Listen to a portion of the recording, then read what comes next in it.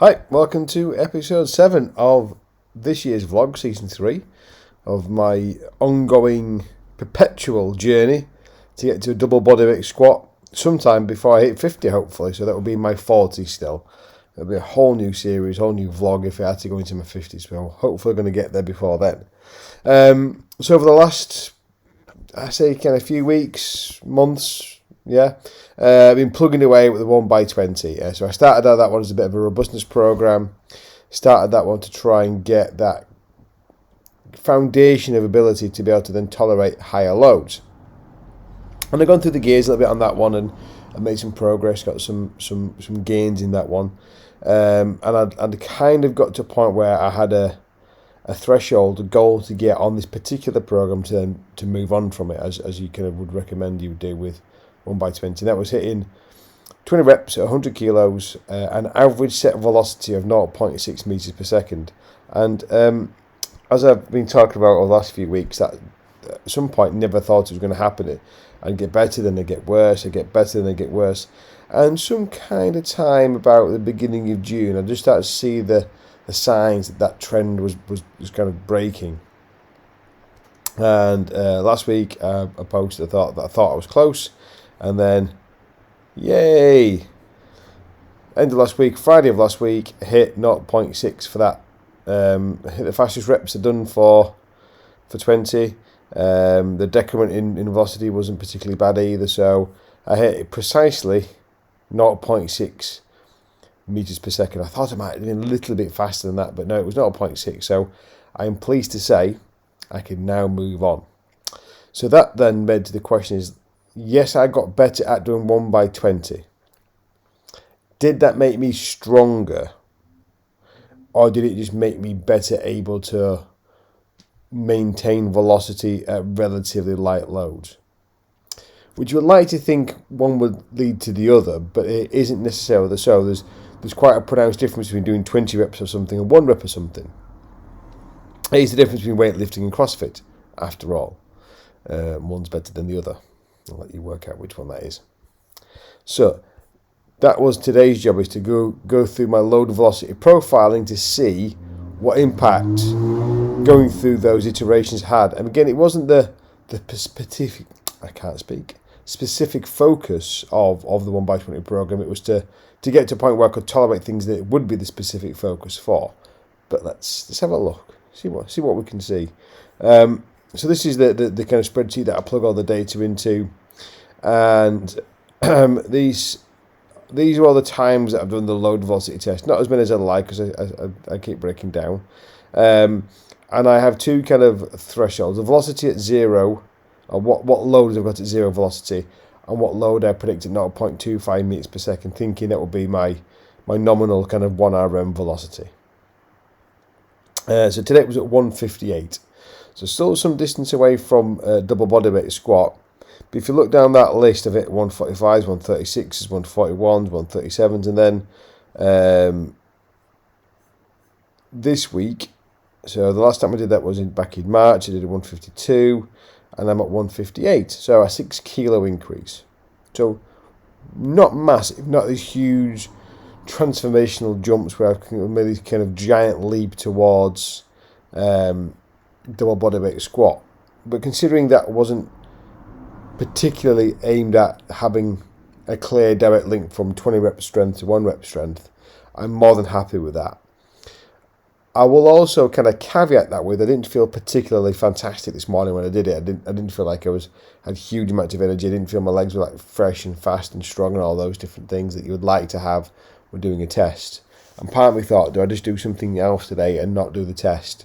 I thought, no, it is a snapshot in time. There's no guarantee that the next time you do this test you'll feel any better, and you could put it off. And all you're doing is milking the figures then, really. So that was today's job, is just get it done. It might not be an accurate representation of me on my best today, but that's where I was today. So again, if I went back tomorrow and I felt a bit better, I might have hit 160, 161, 162. I don't know. It might not have been any different. Like how you feel and how your body performs does not always match up. But that's where I am. So I've got better in all my sub-maximal loads. So I think I did 4 loads today, 60, 80, 100, 120. when I went back and did a bit of back counting, that was the fastest. When I did the low velocity tests, I hit the fastest speeds for each of those loads. So that means I've definitely gotten better. And as that's evidenced by the kind of number at the end. So, job done, boxed off, ticked off that particular task, and onwards and upwards. So, what is next?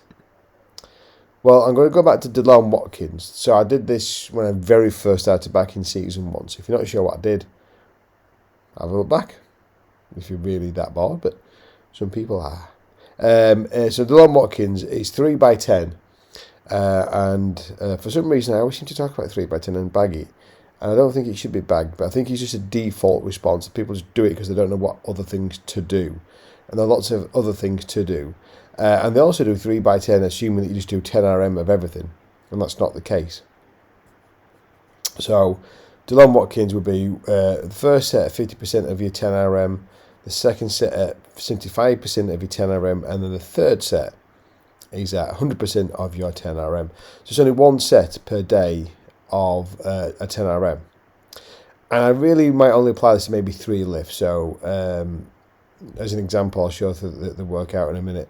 Back squat, RDL and overhead press, for example. The other ones I might just keep at the same weight for 10, but maybe pull back at maybe 85% of 10 RM. So they are, again, I've talked about assistance lists before, but they are kind of on that second tier of priorities, if you like. I don't want to necessarily drive too much fatigue from them.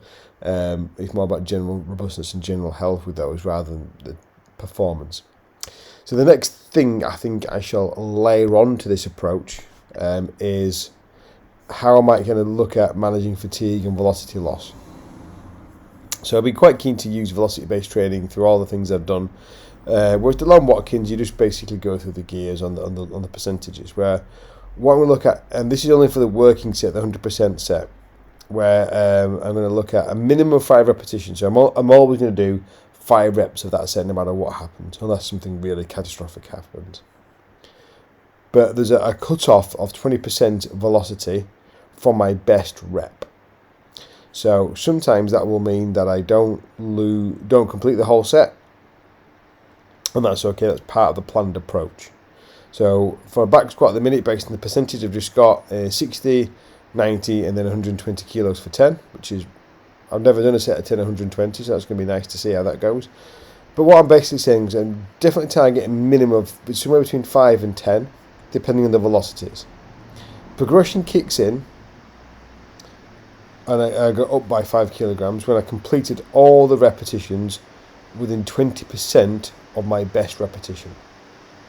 And I use best rep because I've seen sometimes that when you're doing sets, sometimes that's the first rep, sometimes it's the second rep, sometimes it's the third rep. It can be quite variable between days and between sets and between exercises.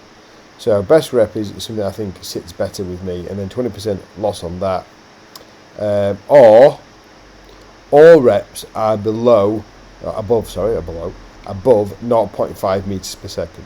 So the set average would obviously be above that. But if I'm doing 10 reps and each one of those is above 0.5 meters per second, I don't think it's particularly within my goals to be working at that particular velocity. I need to be working a little bit heavier than that. Still not down at 0.2, but I think the velocity loss will stop me getting down that low. So I think today I did 122 reps at 0.57 each.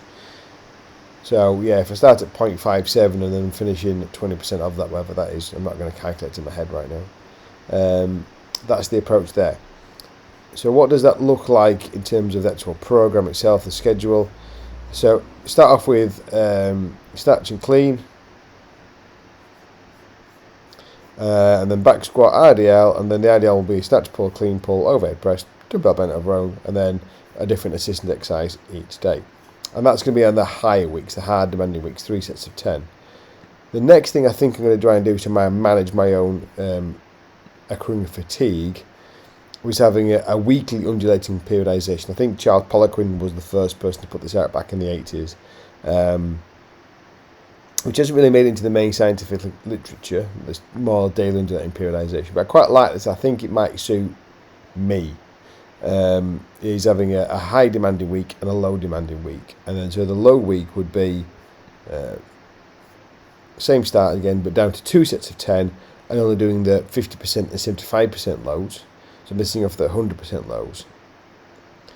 So I'm hoping by that kind of maintenance week, for want of a better word, I then have more effort and energy to put into the higher demanding weeks, and kind of build up less overall fatigue. Which I think one of the criticism I have of 1x20 is you're kind of always on it all of the time.